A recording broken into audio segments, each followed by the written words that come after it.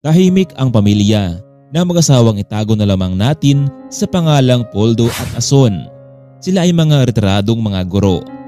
Sila na lamang ang magkasama sa bahay dahil may kanya-kanya ng pamilya ang mga anak nito. Noon pa man kasi ay lagi na nilang sinasabi sa mga anak na kapag mag-asawa na sila ay kailangan nitong bumukod.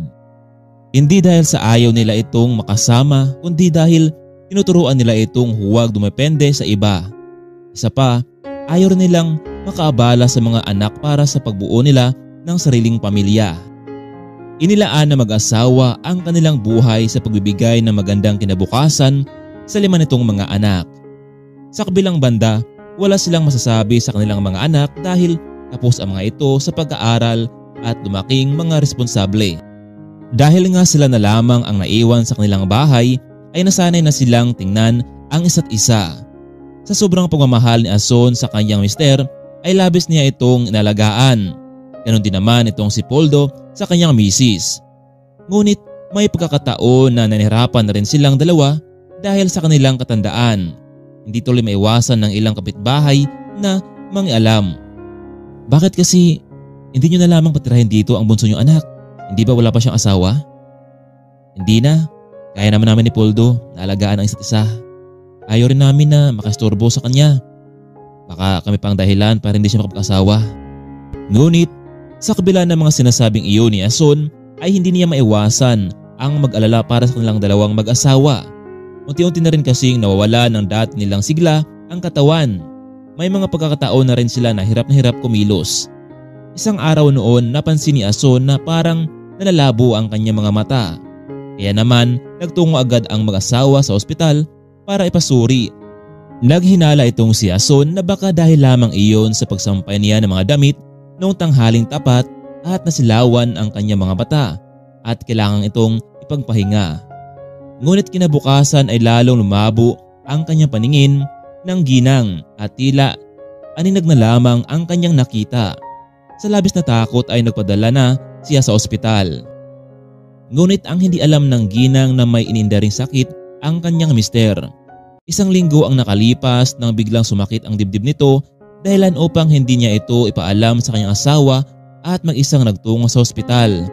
Doon napag-alaman ni Poldo na mahina na rin ang kanyang puso. Pero hindi niya ito kailangang sabihin sa kanyang asawa dahil iyak na mag-alala ito para sa kanya. Mapag-alaman din ng doktor ang dahilan kung bakit lumalabo ang paningin nitong si Ason dahil sa ugat sa mata at tumatanda na rin ang mga ito. Poldo, sa tingin mo ba ay kailangan na nating ipaalam sa mga anak natin ang sitwasyon natin ito? Huwag na Ason, kaya natin to hindi ba? Alagaan kita at huwag na nating silang abalahin pa. Kinabukasan dahil hindi pa rin bumabalik ang paningin ng ginang, si Poldo na lamang muna ang gumagawa ng gawaing bahay. Pasensya ka na Poldo ha. Hindi kita matutulungan sa ngayon ha. Sana bumalik na itong paningin ko. Naku Ason, ang mas mabuti mong gawin ay magpahinga ka muna. Ako nang bahala dito. Pagsapit ng gabi, magkatabi silang nasa kama. Hindi nila maiwasan na pag-usapan ang kanilang hinaharap. Poldo, nag-alala na ako kung sakaling mauna ako sa'yo.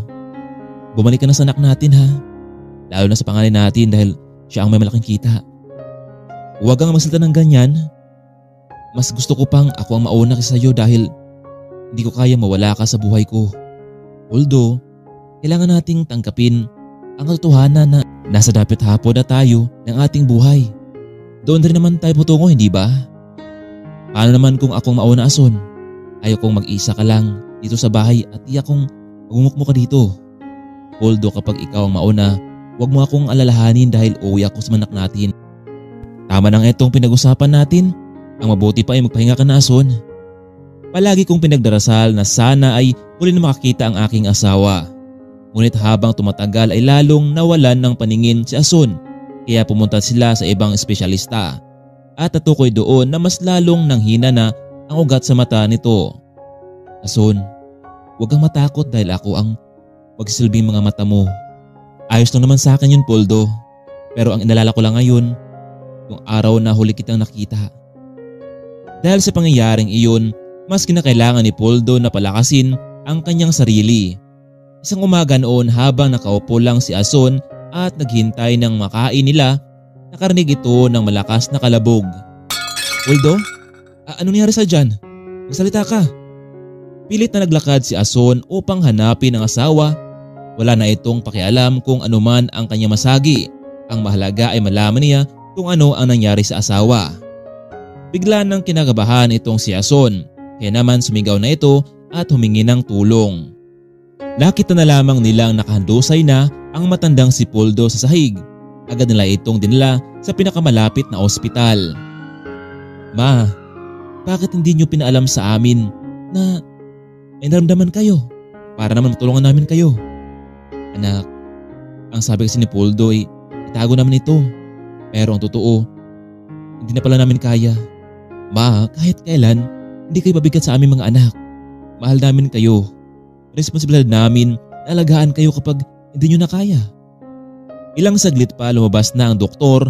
Nabuti na lamang daw at naagapan ang paghatid ni Poldo sa ospital. Labis naman ang kaligayahan nang malaman nila na ligtas itong si Poldo. Simula ng araw na iyon, kasama na ng matandang mag-asawa ang kanilang bunsong anak. Minabuti nitong tumira doon upang maalagaan ang kanilang mga magulang. Labis na nagpasalamat naman ang mag-asawa dahil mabubuti ang kalooban ng kanilang anak. Tunay ngang napalaki nila ito ng maayos. Makalipas ng ilang taon, natagpuan na lamang ng bunsong anak ang mag-asawang nakahiga sa kama na wala ng buhay.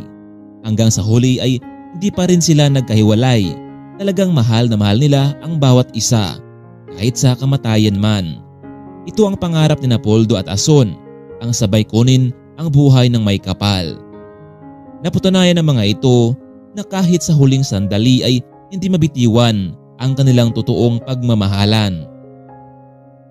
Mga kaibigan, habang may mga ama at ina pa tayo, atin silang pagkamahalin at alagaan dahil ang buhay natin dito sa mundo ay pagsamantala lamang.